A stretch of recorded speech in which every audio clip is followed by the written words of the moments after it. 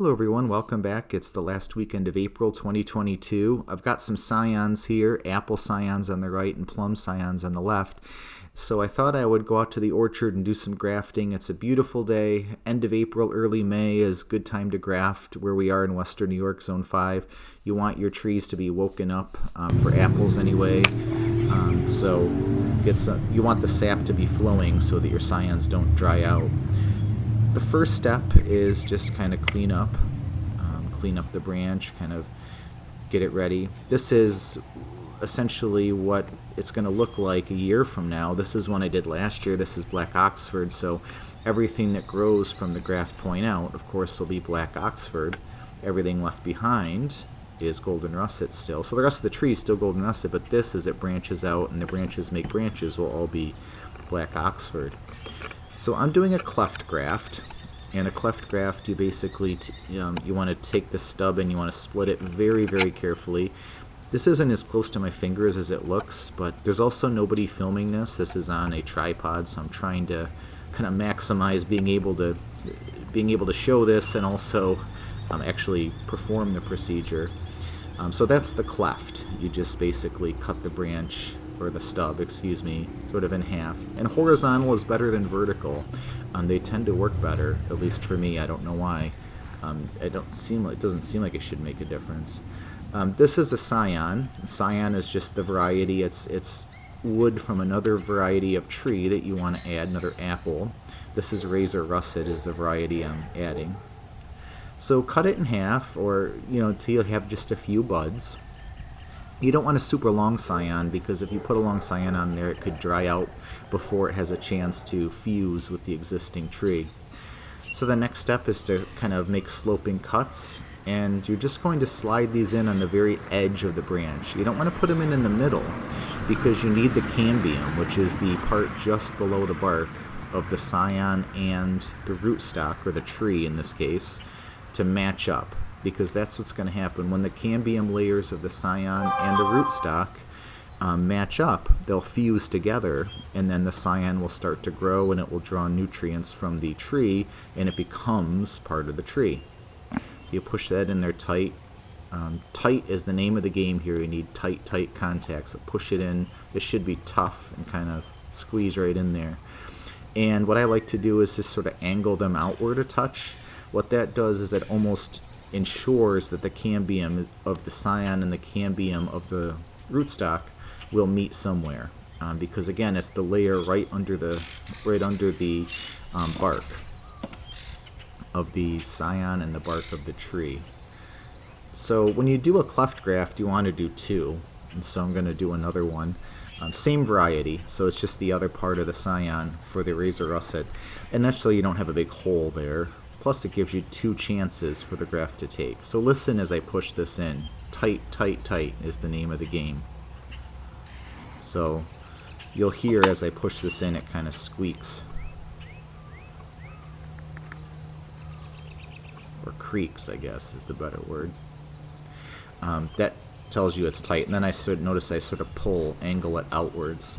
And that way it's going to cross. The cambiums will cross somewhere. So that's it. That's a cleft graft. It's in there tight, and now we just need to wrap it and seal it. So you can use a number of things. People use plastic bags, all kinds of things to wrap it with. I like to use this parafilm tape. It's wax tape, and so the downside is when you pull it really hard, it rips. So you'll see me do that. But you want to get started and then start pulling it really tight. The tighter the better, because you want cambium to cambium contact. You want to kind of squeeze those cambium layers together. They already are. You heard how it kind of like creaked when I pushed it together. They already are pretty tight, but it can't be too tight at this stage, and see, it rips. It'll do that.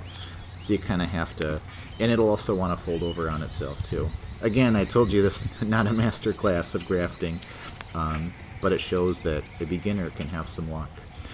So you just want to wrap that up tight. The reason you're wrapping it up, two reasons. You want to keep bugs and disease and things out of there, but you also want to keep it from drying out, because what's going to happen is over the course of the next week or two, as that tree continues to wake up and the sap starts flowing more and more, what will happen is the cambium layers of the existing tree and the little scion pieces that you just put in there will fuse together, and once that happens, these scions will start drawing nutrients from the tree, and then it'll start to grow.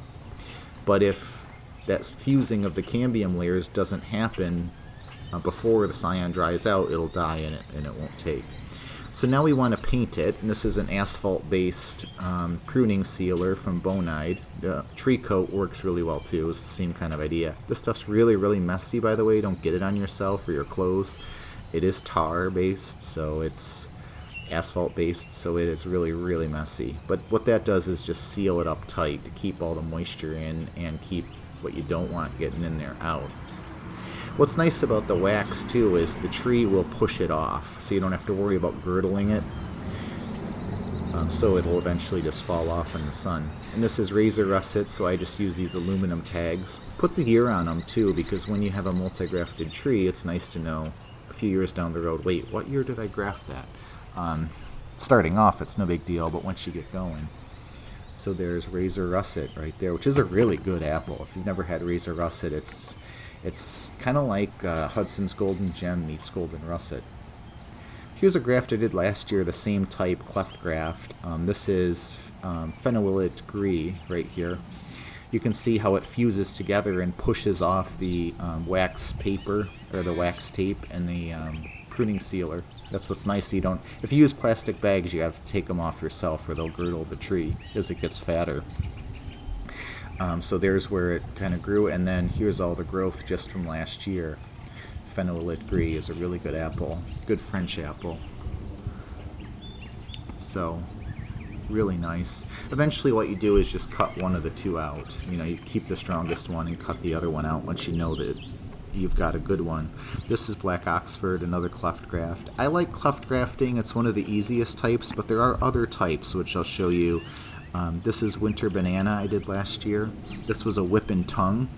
So when the scion and the root stock or the branch are about the same size, you can do a whip and tongue graft. That's what that is. There's a lot of good videos on YouTube on that. That was like the only one I did because I'm not so good at cutting the tongue part. Case in point, this one is just a whip graft. So it's literally just two sloping cuts, one on the scion, one on the rootstock. Slap them together and squeeze them together tight with the tape. And it obviously took, because this Esopus Spitzenberg, look how long this thing is. There's a little spur, but look how much it grew. That was just a whip graft. It's not even any tongue with it. So that's another type. Here's another cleft graft. This is Darcy Spice. You can see, look how fat that thing got just in 1 year. These were all done last year.